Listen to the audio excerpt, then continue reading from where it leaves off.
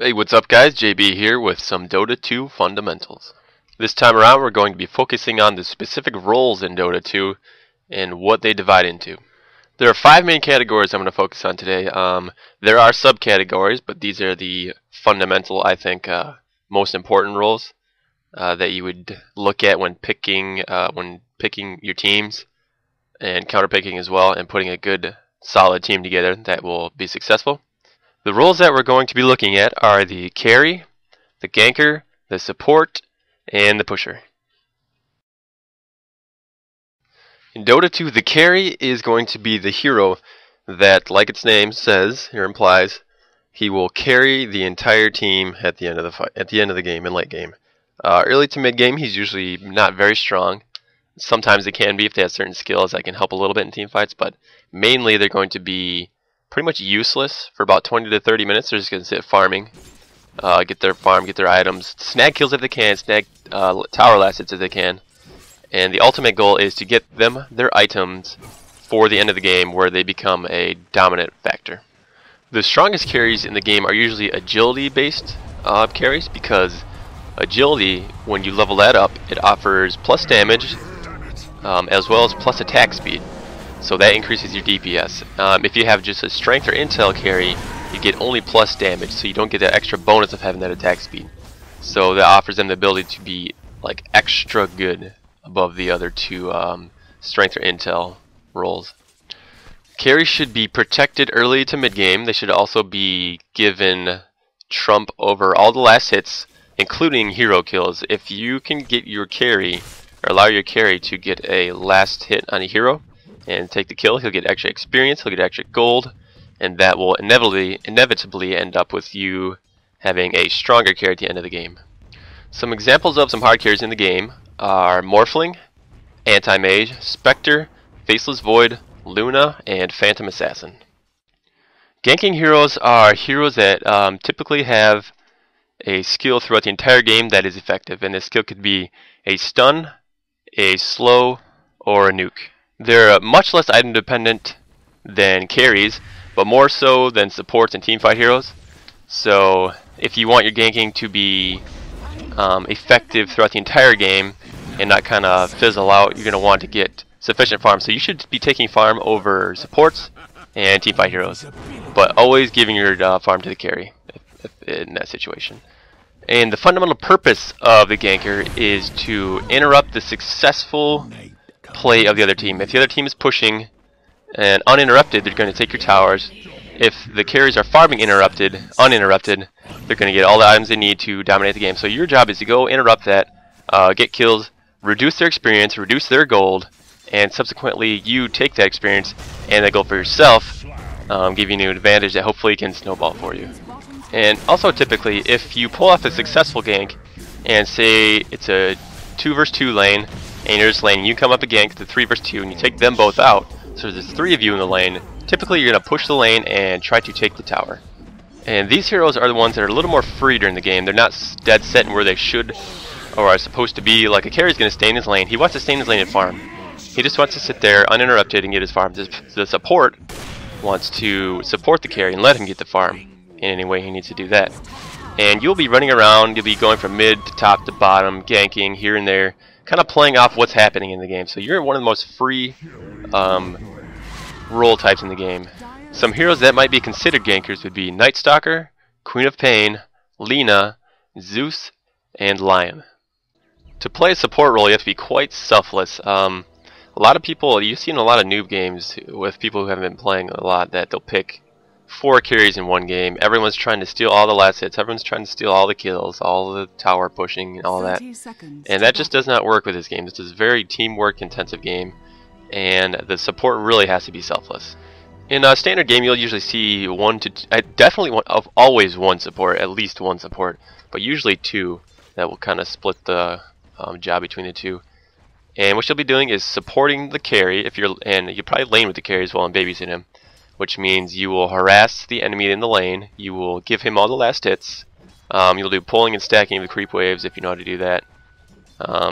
You will be buying the courier, you'll be buying wards, you'll be buying support items such as mechanism, And the skills of the support hero are not item dependent, so that's why you can buy all the support type items that give off auras, that do heals, and that kind of thing. So your skills are just based pretty much on your level and your type of hero, and they are not completely dependent upon items. If you do have the chance, if the game is going your way, to start buying items that are not supportish, if you've already got all those things, if you got Shivas, if you've got Sheep Stick, if you've got the mech and all that, and you've got all your wards placed, you can buy items that'll benefit you, and you can do a little more dominant role, a little more carry-ish type role with your support. But generally, you just are there to focus on supporting your carry. Some items you could get after everything else is taken care of is the Aghanim Scepter. Let's say you have a Lich, and you have everything, you got your mechanism, you got all your good stuff, and you say, you know, I gotta purchase something now with all this gold, let's get an Aghanim Scepter. And this will greatly help in the team fights. This will give increased damage and reduce cooldowns and stuff. So that's something you can do. I guess you could call that a luxury item. That's something that would be considered a luxury item. Some examples of some support heroes would be Shadow Shaman, Lich, Crystal Maiden, Sand King, and Tidehunter. A pusher is a hero that has some sort of ability or attribute that allows them to very, very effectively push lanes back up to the tower and to take the tower themselves. There are two heroes specifically that are pretty much built for the purpose of pushing, and this will help us explain exactly what a pusher is. And these two heroes are Broodmother and Nature's Prophet. These two heroes actually have a skill and ability that spawns little little units for you, such as Nature's Prophet spawns little trees, like 5 of them in one ability use, and then Broodmother spawns little spiderlings that help push the towers. And the way this works is that you will spawn these little heroes that help you, little units that help you under your control, and they will stack with the wave, and they will start doing more damage dealt towards the enemy than that enemy is doing towards you. So the lane will inevitably push faster in the opposite direction. If all was left equal, if everything was left equal, the wave would just equalize, would just be coming into the same spot. They wouldn't be pushing up or pushing down. But with these spawned units, like spiderlings, with Broodmother you can have up to maybe like 15 of them with treant, little treants. From Nature's Prophet you can have up to, I don't know, maybe 10 of them or something.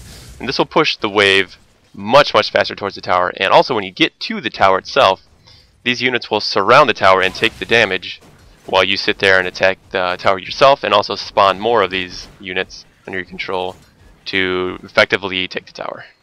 So how do these heroes factor into competitive play? One thing that's pretty obvious that I want to mention first is that if you take a tower, that's 200 gold for your entire team. So if you have a unit that can push towers effectively and take more towers than any other heroes can in the entire game that you're in, that's going to net you a gigantic gold advantage in your team. And that's going to help you snowball. That's going to get your carries items, get your support items, before the other team has the ability to do that with the amount of gold that you've accumulated from taking these towers. Also, another major thing that you want to think about when you're pushing towers like this with a pushing hero is that the other team now is going to have to stop focusing on their farming, stop focusing on their ganks, stop focusing on their pushing to come and defend these towers because they don't want them to die. So this takes time, takes all kinds of things from the other team that they're not going to be able to play as effectively when they have to constantly run around and defend these towers. So that gives you also other time to take other towers, to do farming, to do ganks, set up ganks effectively. So overall, it's a very, very beneficial hero to have on a team setup. Now some heroes, the main attributes, such as Nature's Prophet and Broodmother, they are pretty much built as a hero to push, okay, that's pretty obvious. But some heroes have a secondary ability that allows them to push. And a few examples of this is you can think of Windrunner's Power Shot.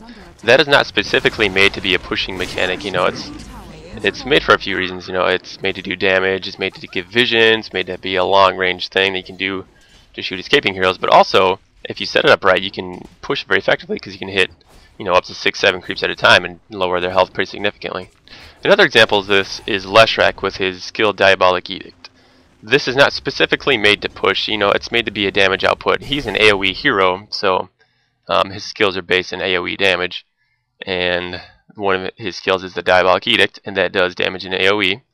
And so this obviously hits every single creep in the AoE, so it does damage to that and can help push waves if that's what you want to do at the moment with that. So it's not primarily made specifically to be a pushing skill, but obviously it can be used for that. And there are many heroes in the game that have that ability.